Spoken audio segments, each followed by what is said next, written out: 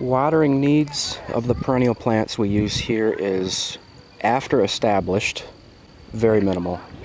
Daylily, Russian sage, variegated liriope. The plants that are going to need a little more water, especially the first season, are going to be these Shasta daisies, and there are several of them throughout. You can tell by their foliage right now to identify them, and of course they'll have the blooms on them come summertime. And what I typically do with most perennials in regards to water is the first couple weeks water these thoroughly every other day. And by thoroughly, I mean put the hose right down at the base of the plant and hold it there for a period of 5 to 10 seconds and just move on to the next one. Now these hollies are a little bit different in regards they have a bigger root ball, and at the same time they don't like to be too wet, but of course they don't want to dry out either. So kind of the same idea here, but we extend the time because of the amount and the size of the root ball. So a period of 15 to 20 seconds every other day on these hollies for about 2 weeks, and then we can taper off a little bit, but we also need to be concerned that the hot season is coming, and we may need to stay on the every other day watering schedule. So what we just don't want to do is we don't want to overwater. That is a death sentence for a plant.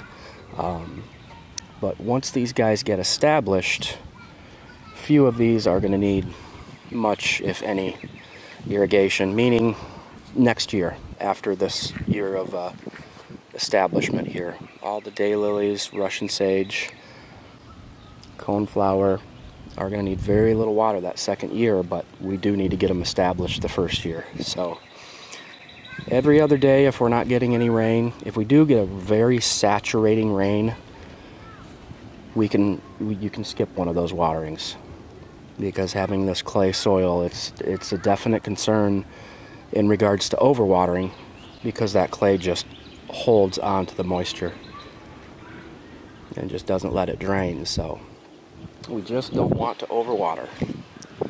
So that's why we come in every other day, give these plants a chance to dry out,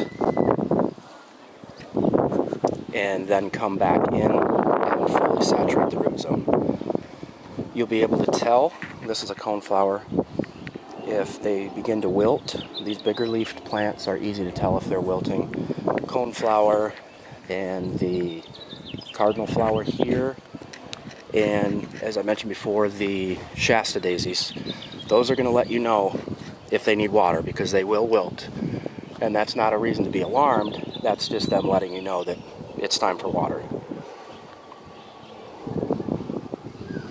The grasses can take more moisture. Actually, they can take a tremendous amount of moisture, so if you really want to see them grow and do their thing big and quick in the first season, really give these guys lots of water. But the yucca and Russian sage, we don't want to, because these are dry conditioned plants. They like it dry. But again, first season they do want regular irrigation just to get established. So all these guys are going to probably double or triple in size this season, and then next season they will really take off. So that's the summary of watering needs. Here wilting a little bit, those bottom leaves kind of blowing in the wind a little too easily. That means they're a little light, which means they need some water. So this is kind of how I typically water the perennials. Just kind of a wide spray, hold it on there for 5 or 10 seconds. And this is the nozzle that I use. It's essentially a high pressure nozzle, but if you really cut the pressure back, it makes a nice wide spray. And they're cheap, they're easy to find. This one is from Lowe's, and they work great for watering close like this, because it's a nice shower. And you can also use it to blast off any clay or dirt and debris off your flat surfaces, sidewalk, driveway, that kind of thing. And then if you have a lot of plants, this nozzle is good. It makes a shower, and you can stand, 20, 25 feet away and just kind of soak down every plant from one position, essentially. You have to be careful if you get too close. It's a high pressure spray and it will blast foliage pretty good, but 5 or 10 seconds each plant on the bottom.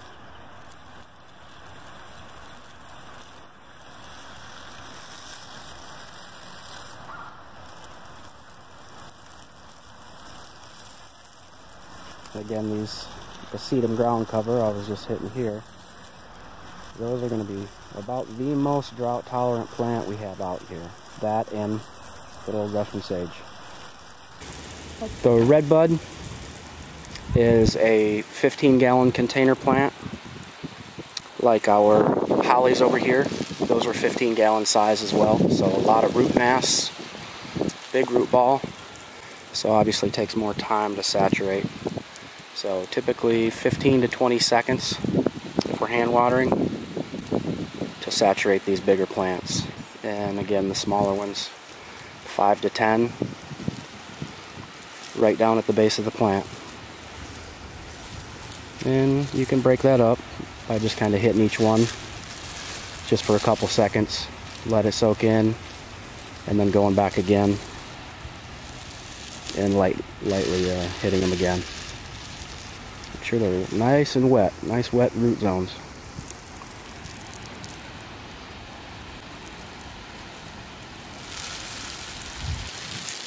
Lawn sprinkler would be ideal as well, of course time saving, but we do have to be careful not to overwater with those. Sometimes they can, the entire area of soil ends up getting too saturated if the sprinkler's left on too long. So I recommend about 15 minutes in each spot that you put the sprinkler, and typically that will keep everything wet enough, and also water the grass as well. So I think we're looking pretty good here. That iris is going to take a little more water. They prefer more water, so if we can give them some extra, that's ideal. Really give them a good soaking right down at the bottom of the root, or at the bottom of the plant.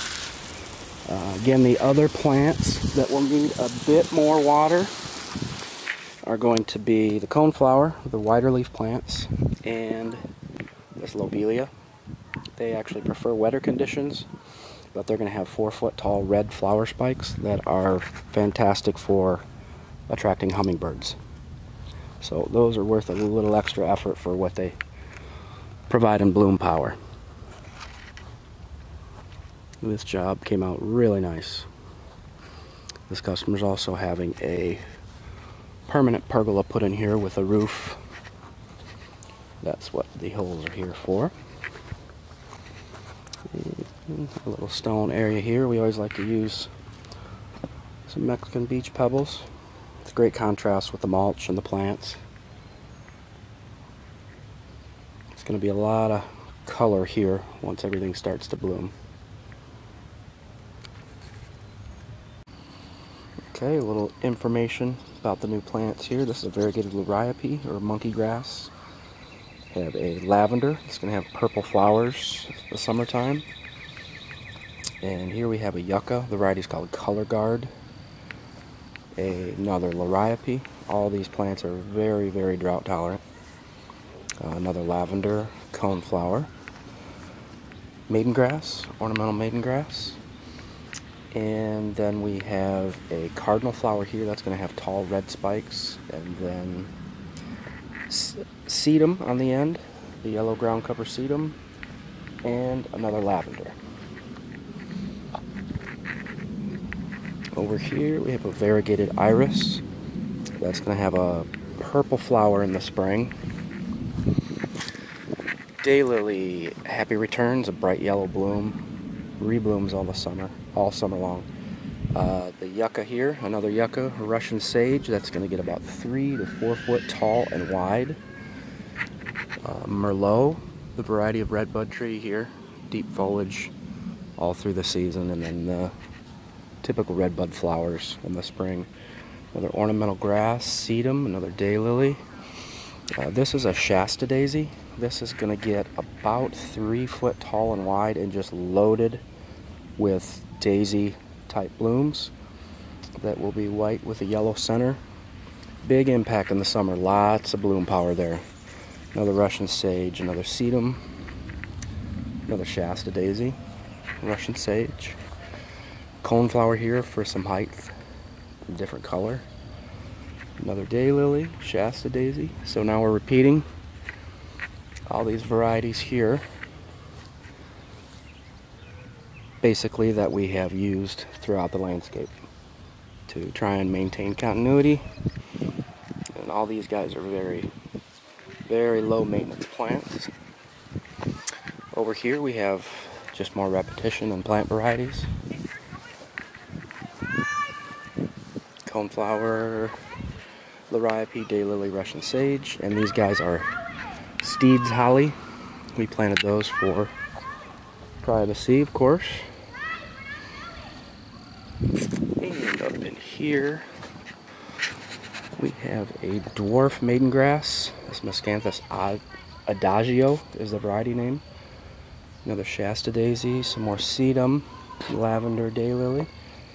And this is a different variety of sedum here. This is a purple foliage variety called Firecracker. So that's going to have nice purple foliage and red blooms in the fall.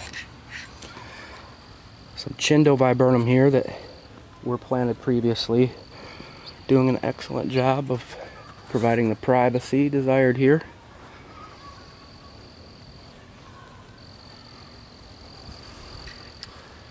Next we'll go over some watering instructions.